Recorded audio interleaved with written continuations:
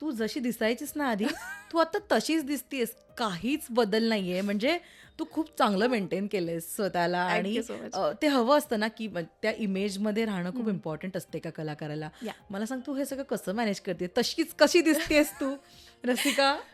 C I am honestly not sure maybe काय because of good jeans असेल किंवा काय.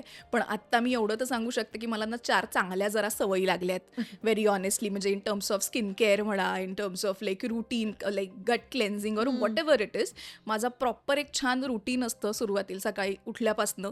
की सुरुवातीला मी हे घेते, काय म्हणतात त्याला, वॉटर हं. विथ सॅफरन आणि केसर त्याच्यात थोडंसं टाकून ते ओव्हरनाईट सोक करून ठेवायचं आणि सकाळी तर थोडंसं घी. तर this is the first thing I have. त्याच्यानंतर मग 20 मिनिटांनी मग एक डिटॉक्स माझं एक कन्झक्शन आहे, तर दॅट आय हॅव. त्यानंतर आय ईट सम वॉलनट्स. त्याच्यानंतर मग मी कॉफी पिते. असं माझं एक ना छान दिवसभराचं प्रॉपर रुटीन लागलं आहे. स्किन केअरच्या बाबतीत खूप चांगलं रुटीन लागलं आहे. So I think all those things are obviously helping. या नव्हत्या आधी सवयी तुला? अजिबात नव्हत्या. अजिबात म्हणजे अजिबात नव्हत्या.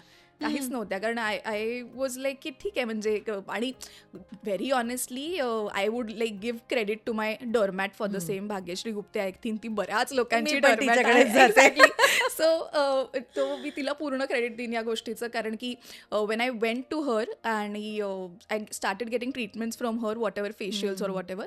तर तेव्हा मला असं झालं की यार आपण एवढं छान मेंटेन करण्याचा प्रयत्न करतोय स्वतःला आणि एवढं खर्च करतोय छान, तर म्हटलं बाकी ॲस्पेक्ट्समध्ये सुद्धा किंवा जेव्हा मी नाही जाते डर्मॅटकडे तेव्हा हं. पण मी माझ्या स्किनची स्वतःहून काळजी जबाबदारी घेतली घेतली पाहिजे. पाहिजे, काळजी या. घेतली पाहिजे. सो ह्याचा मला काही ऑनेस्टली एक्सपोजरच नव्हता. आय वॉज लाईक हां as you wing it what ever.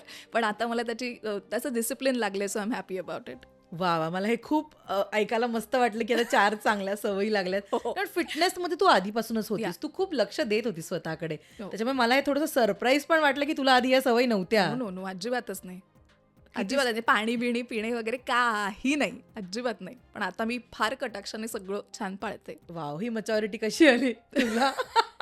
He maturity actually जरा एक फटका खाल्ल्यामुळे आली. व्हेरी ऑनेस्टली मी खोटं नाही सांगणार. द थिंग इज आत्ता मला एक आय गेस नाटक सुरू झाल्यानंतरच काही महिन्यांनी रोझेशिया नावाचा एक डिसीज असतो बघ, म्हणजे हं. स्किन डिसीज आहे तो, स्किन कंडिशन आहे बेसिकली. तर ती झाली होती आणि माझा चेहरा इतका खराब झाला होता, हं. इतका खराब. म्हणजे I still have pictures or whatever of it.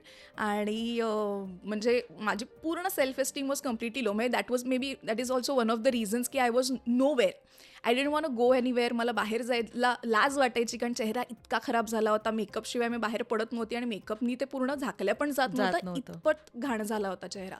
So खूप लो सेल्फ एस्टीम आणि असे सगळे गेले दिवस कॉन्फिडन्स आणि पण त्यामुळे गेला असेल ना? कॉन्फिडन्स पण त्यामुळे गेला. तर त्याच्यामुळे त्यातनं जरा पण हं. त्यातल्या त्यात सुद्धा म्हणजे when I went to my doctor or whatever and then she suggested a series of treatment and I had to take this very heavy medicines and stuff, असं सगळं बरंच काय काय करून.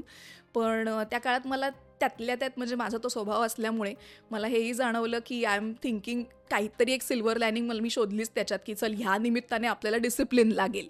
हे तेव्हापासून डोक्यात बसलं पण ते लागलं discipline and I am very happy about it की दॅट हॅपन.